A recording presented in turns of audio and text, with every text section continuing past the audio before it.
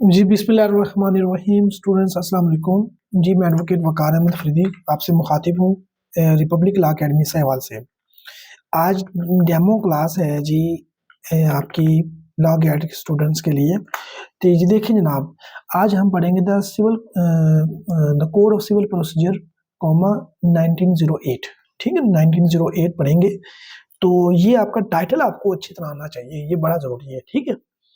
अब आइए मैं आपको बताता हूँ कि इसमें जो सिलेबस है ना आपका लॉ गेट का, लॉ गेट में आपको जो आपको उसमें उन्होंने दिया है सिलेबस सिविल प्रोसीजर कोड का, वो है जी प्रीएम्बल से लेकर सेक्शन 12 तक, 15 से लेकर 20 तक सेक्शन, आगे 47, 75, 98, 96, 104 और 115, 115 सेक्शन, 151 आगे आर्डर दिए हुए हैं। आज हम प्रीएम्बल से शुरू करेंगे, आपको डेमो लेक्चर देते हैं कि देखिए इसको, अगर आपको मौसर लगे अंदाज तो आप हमसे रब्ता कर सकते हैं इस नंबर पे 03037534 पे, ठीक है? तो हम आपको ऑनलाइन क्लासेस भी दे देंगे और ऑन कैंपस भी दे देंगे। जनाब हमारा जो पढ़ाने का तरीका ये है कि हम सेक्शन पढ़ाते हैं और साथ ही उसके एमसीक्यूज बना देते हैं, ठीक है ना? जितने पॉसिबल उस सेक्शन के पॉसिबल एमसीक्यूज हों तो वो हम बना कर देते हैं। इसी तरह जैसे-जैसे सेक्शन पढ़ाते जाएँगे, उसी तरह उसके एमसीक्यूज बनाते जाएँगे और आप अल्लाह करेगा इंशाअल्लाह आपको सेक्शन की भी समझ आती जाएगी, बेरहम में लिखा क्या हुआ है और साथ एमसीक्यूज भी आपका क्लियर, क्योंकि आपका पेपर जो है ना एमसीक्यूज बेस्ड है ना, तो साथ एमसीक्यूज भी बना देते हैं हम, ठीक है ना जी? ये देखिए साथ-साथ एमसीक्यूज़ बने हुए हैं। हर ज जैसे डिग्री होल्डर हमने पढ़ा और उसका साथ ही मैंने एमसीक्यूज़ बना दिया, ठीक है? इसी तरह डिस्ट्रिक्ट पढ़ा, उसका साथ ही एमसीक्यूज़ बना दिया। आगे पढ़ा जी फॉरेन कोड पढ़ा, उसका साथ ही हमने एमसीक्यूज़ बना दिया। इस तरह से ये बहुत ही मौसर तरीका है। मतलब एक चीज़ को समझते जाएँ और उसको साथ ही उसकी रिहर्सल भी प्रैक्टिस भी करते जाएँ। प्रैक्टिस करके आपको यानी चीज़ बहुत ज़्यादा बेहतर है। अगर सिर्फ़ एमसीक्यूज़ बनाकर देता तो इससे आपको यानी कि ना वो आपकी अंडरस्टैंडिंग वो आपकी नहीं रहनी थी। एमसीक्यूज़ तो किसी तरह भी बन सकता है, लेकिन आपको बेरहम पढ़ाना बड़ा ज़रूरी है पहले, ठीक है ना जी? ये देखिए ना, जी शुरू करते हैं जी। The code of civil procedure 1908। ये जो डेट है ना जी इसकी, ये आपने याद कर लेनी है। 21 मार्च 1908 ये इसकी एनेक्टमेंट डेट है, मतलब कि जब जिस तारीख को ये बना, ठीक है ना, वजूद में आया, उसको कहते हैं, ठीक है? ये आपने याद कर लेनी है। आगे चलते हैं। ये मैं आपको हर बेयर एक्ट में पढ़ा चुका हूँ। An act to consolidate and amend, मतलब कि किसी लॉ को मजबूत मतलब बेहतर बनाना, अमेंड करना। Amend the law related to the procedure of the code of civil procedure, के कोड ऑफ सिविल प्रोसीजर के रिलेटेड जितना भी जो प्रोसीजर होगा उसके रिलेटेड जितना भी लॉ होगा उसको अमेंडमेंट के जरिए और उसको कंसोलिडेट बनाना हमारा मकसद होगा। मतलब कि इस लॉ को इसलिए लिखा जा रहा है तहरीर शक्ल में कि जब भी अगर सिविल प्रोसीजर जो सिविल जुडिकेचर अदालतों में जो सिविल मैटर्स चल रहे हैं, आए नई कोई सूरत हाल आ सकती है, वो भी लॉ में ऐड कर दी जाए ताकि लॉ मज़ीद बेहतर हो जाए। तो ऐसा किया जा सकता है और करेंगे। इसका मतलब ये है कि लॉ को बेहतर बनाने के लिए, कंसोलिडेट करने के लिए और अमेंड करने के लिए ये क्या है प्रोसीजर लिखा जा रहा है। आगे चलते हैं। यही वह जिसका भी मतलब वही है, where it is expedient to consolidate and amend the related to the procedure of the code of civil judicature, ठीक है ना? सिविल जुडिकेचर यानी कि सिविल जो अदालतें हैं उनमें जो प्रोसीजर चलता है किसका, सिविल मैटर्स का, उसको बेहतर बनाने के लिए ये उसको अमेंड भी किया जा सकता है और उसको कंसोलिडेट भी किया जा सकता है for the betterment of the law related to the civil judicature, ठीक है जी? या इसके इसमें से कोई एमसीक्यूज आपका वो हो सकता है पूछ ले कोई, लेकिन ज़रूरी नहीं है, ठीक है ना? इतना इम्पोर्टेंट नहीं है। ये जो डेट है ये बहुत इम्पोर्टेंट है, ठीक है? आगे चलते हैं जी। प्रिलिमिनरी मैंने पढ़ा था, देखिए मैंने आपको यहाँ पर बताया था प्रिलिमिनरी प्रीएम्बल से लेकर सेक्शन 12 तक है। प्रीएम्बल से या ये होता है इसका प्रीएम्बल, ठीक है ना? ये प्रीएम्बल होता है, ये इसका प्रीएम्बल है, ठीक है? यहाँ से लेकर सेक्शन 12 तक हम पढ़ेंगे। आगे देखते हैं हमें जितना भी यानी कि 10-15 मिनट में हमें डेमो लेक्चर देना है, उसमें जितना भी कवर हो गया वो मैं करूँगा, ठीक है? प्रिलिमिनरी बढ़ते हैं। दिस एक्ट में be cited as the code of civil procedure 1908 1908, ठीक है। इस कोड को कहा जा सकता है, इस एक्ट को, ये जो एक्ट है, ये हम लॉ पढ़ रहे हैं, एक्ट होता है the law made by the parliament, act उसको कहते हैं। इसको इसको हम कोड ऑफ सिविल प्रोसीजर कह सकते हैं, the code of civil procedure हम कह सकते हैं। इसका मतलब ये है, कोड ऑफ सिविल प्रोसीजर हम इसको कह सकते हैं। ये आपको आप क्लियर होगी बात। इसको हम the code of civil procedure कह सकते हैं। इसका आगे डेट भी अपनी याद करिए 1908। आगे चलते हैं जी। It shall come into force, it shall come into force, ये देखें, it shall come into force on the first day of the January 1909। ये देखें, ये डेट बहुत इंपॉर्टेंट है। ये देखें, दो फर्क देखें हम। अब इस डेट में फर्क देखें, ये देखें, ये ऊपर वाली, ये एनेक्टमेंट डेट है। इसको एनेक्टमेंट डेट कहते हैं, जब कानून बना, ये लॉ बना। अब ये क्या है, it shall come into force, ये जब लॉ लागू हुआ, ठीक है ना, मतलब कम इनटू फोर्स में है, ये मतलब कि ये लागू हो गया पूरे मुल्क पर। तो ये first day of the January 1909 को ये लागू हुआ।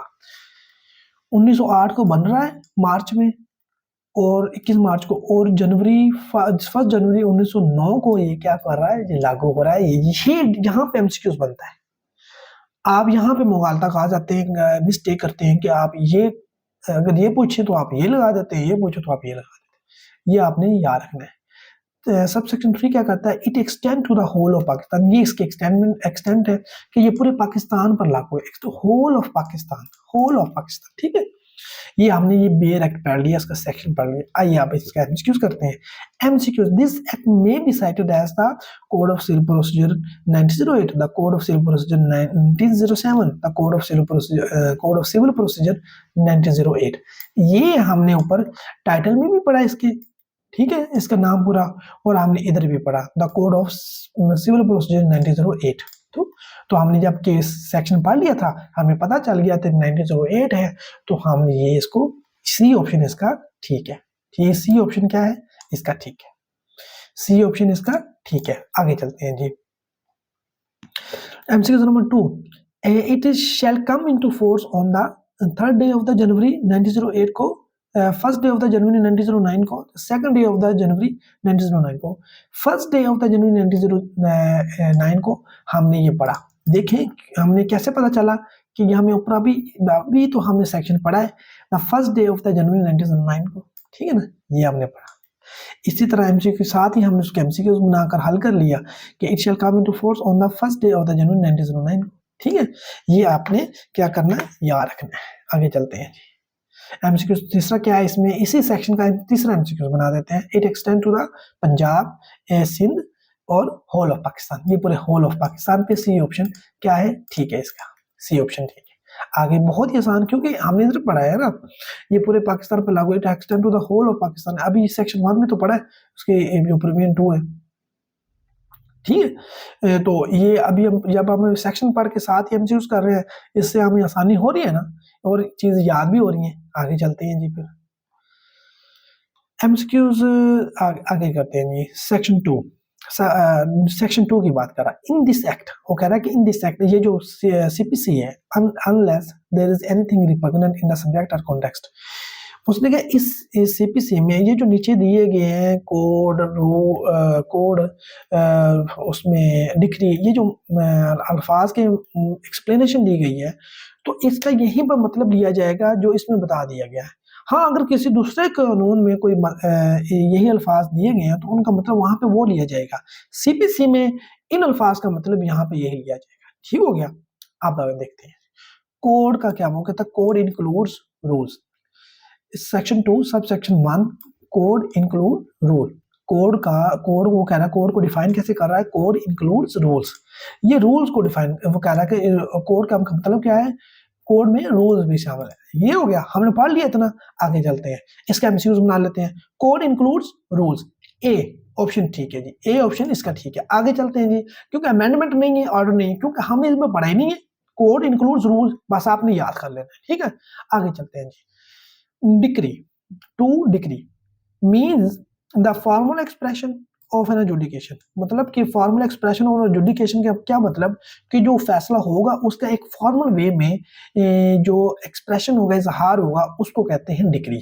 which so far as the regards the court and expressing it, जिसको कोर्ट एक्सप्रेस करती है, ठीक है ना, conclusively determine the rights of the parties, जिसमें जो कोर्ट है पार्टीज के राइट को डिटरमिन करती है, ये भी आपने याद रखना है। विच रिगार्ड टू ऑल, वो सारे तमाम हो सकते हैं, और any of the matter in controversy in the suit, in the suit, जो सूट में जो दावा किया जाता है उसमें जितने भी मैटर्स, कोई उसमें एक मैटर के लिहाज से या तमाम मैटर्स के लिहाज से जो कंट्रोवर्सी में होते हैं, उसमें यानी कि उनके जिनमें कंट्रोवर्सी होती है, तो उनके लिहाज से वो क्या करते हैं, कोर्ट पार्टीज के राइट डिटरमिन करती है। And may be either preliminary, वो प्रिलिमिनरी भी हो सकते हैं और फाइनल भी हो सकते हैं।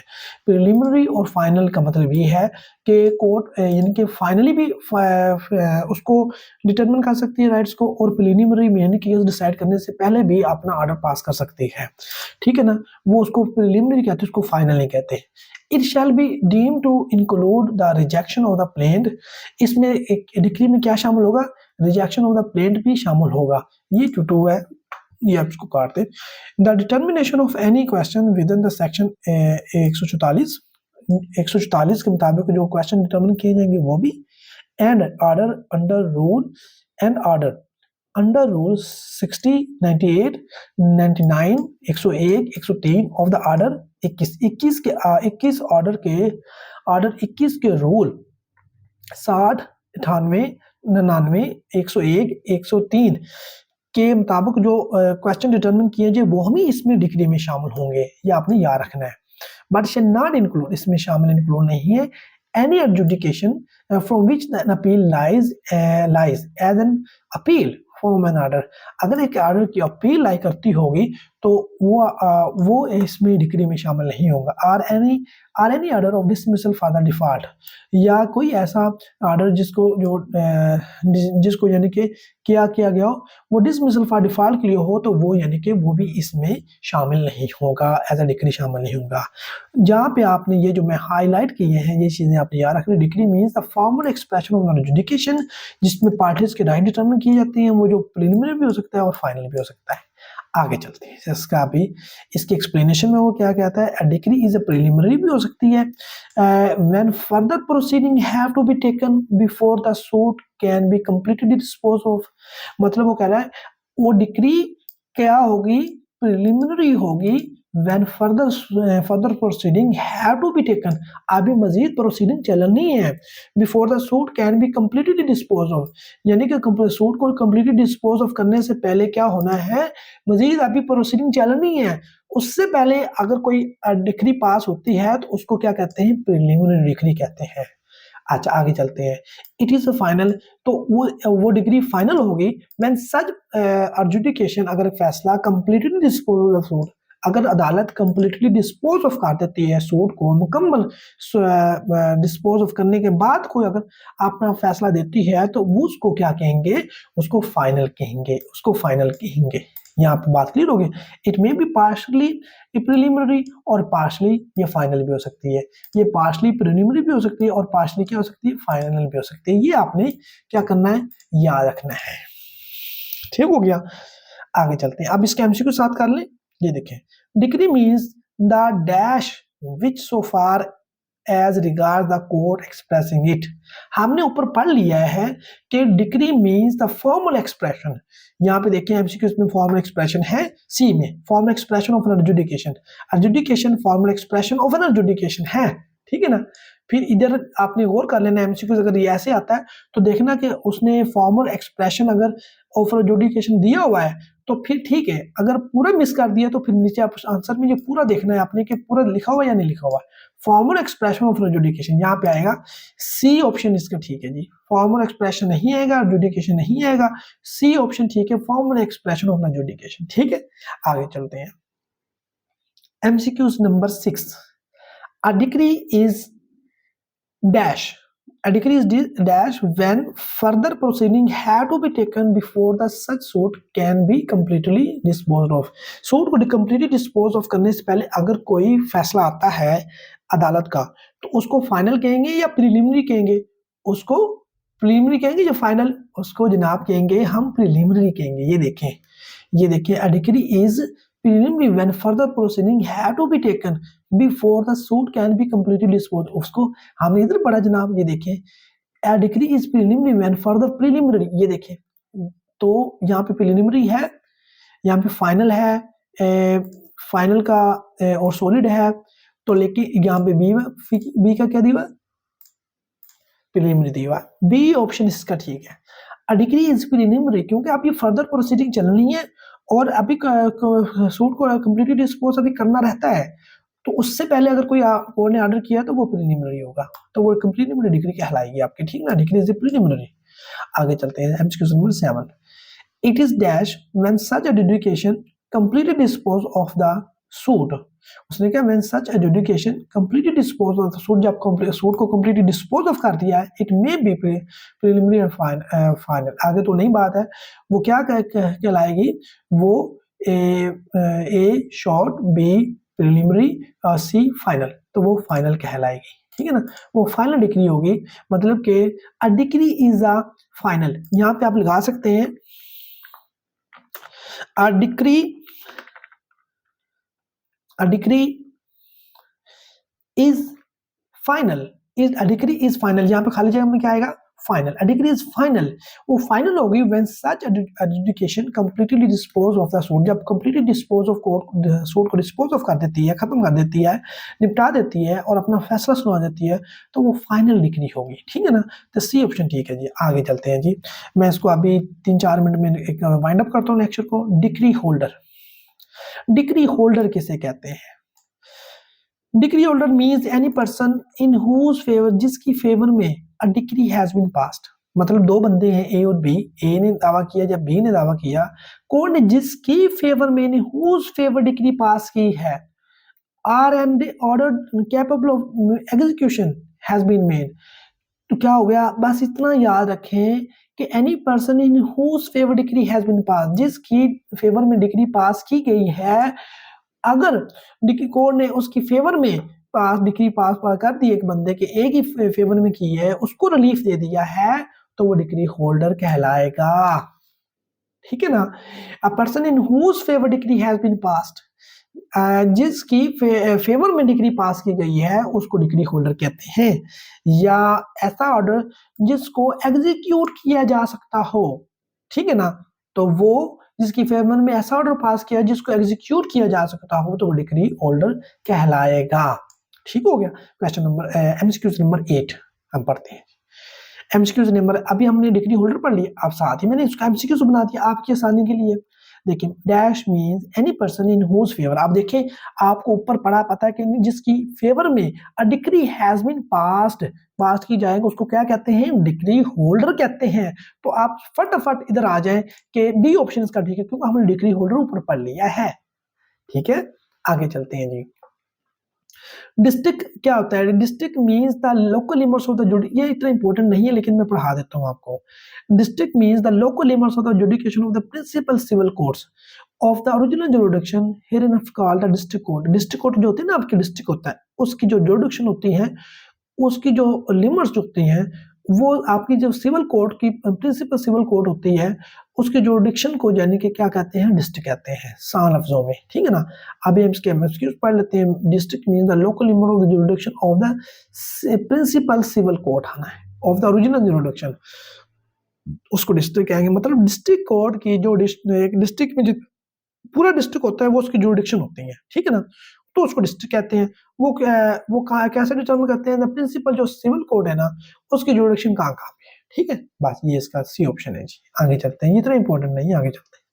फॉरेन कोर्ट क्या होता है? फॉरेन कोर्ट होता है मींस द कोर्ट सिचुएट, जो पाई जाती है, जो वाक़या है कहाँ पे, beyond the limits of the Pakistan, beyond the limit of Pakistan, Pakistan की लिमिट से बाहर हो, which has no authority, which has no authority, जो अथॉरिटी ना रखती हो इन पाकिस्तान, पाकिस्तान में, जो पाकिस्तान में अथॉरिटी ना रखती हो, and is not established or continued by the central government, by the central government, ठीक है ना, जिसको सेंट्रल गवर्नमेंट ने उसको क्या किया हो, उसको यानी कि उसको एस्टेब्लिश ना किया हो, तो उसको क्या कहेंगे, वो जनाब आपके क्या कहलाएगी, फॉरेन कोर्ट कहलाएगी। Foreign court means the court is situated beyond the limits of Pakistan. For example, अगर एक यानी कि इंडिया में कोर्ट है, वो हमारे लिए फॉरेन कोर्ट होगी ना, अमेरिका में कोर्ट है वो फॉरेन कोर्ट होगी, ठीक है ना। इसका एमसीक्यू हम पढ़ लेते हैं।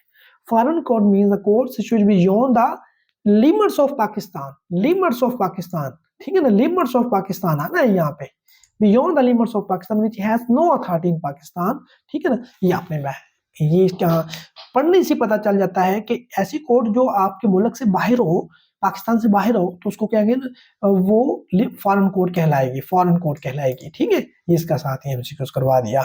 ले जनाब, ये फॉरेन जजमेंट भी करवा देता हूँ, लास्ट एमसीक्यूज करवा देता हूँ। आगे बहुत सारे एमसीक्यूज है, वो भी मैं आपको डेमो क्लास में तो पूरा पढ़ाना मुश्किल हो जाएगा। ये मैंने क्योंकि सारे लेक्चर्स मैंने अपने रिकॉर्ड करने हैं आपके लिए डेमो लेक्चर्स, तो मैं ये 10, 15, 20 मिनट का लेक्चर रिकॉर्ड कर रहा हूँ। Foreign judgment means the judgment of the foreign court. ये जो फॉरेन कोर्ट है, इंडिया की हो, अमेरिका की हो, यूके की हो, कि उन्होंने अगर फॉरेन कोर्ट ने जो भी जजमेंट दी है उसको क्या कहेंगे, फॉरेन जजमेंट कहेंगे, ठीक है ना। अब आपको याद हो गया, आइए एमसीक्यूज पढ़ लेते हैं। Foreign judgment means the judgment of a foreign court. आपको याद हो गया, आपने डायरेक्ट निशान लगा देना है फॉरेन कोर्ट पे, ठीक है। यहाँ पे ये एमसीक्यूज आपका क्लियर, ठीक है। मतलब कि साथ साथ सेक्शन पढ़ा रहा हूँ, साथ साथ एमसीक्यूज बना कर दे रहा हूँ, और ये एमसीक्यूज आपको प्रोवाइड भी किए जाएंगे इंशाल्लाह, ठीक है। बहुत शुक्रिया लेक्चर सुनने का। अगर आपको अंदाज अच्छा लगा हो, पढ़ाने का तरीका अच्छा लगा हो, तो आप हमसे रब्ता करें, आपको लॉ गेट की पूरी तैयारी करवाएंगे इंशाल्लाह। इसी तरह लेक्चर होंगे, ऑनलाइन भी लेक्चर होंगे, और आपको ये लेक्चर रिकॉर्डेड भी प्रोवाइड किए जाएंगे, और आपको जो एमसीक्यूज हैं वो भी प्रोवाइड किए जाएंगे, जो आपको बना कर मैं हल करवा रहा हूँ। बहुत शुक्रिया, थैंक यू। कार अहमद फरीदी को द रिपब्लिक लॉ अकेडमी के फॉर्म से इजाजत दीजिए। मिलते हैं अगली डेमो क्लास में। थैंक यू, अल्लाह हाफिज़।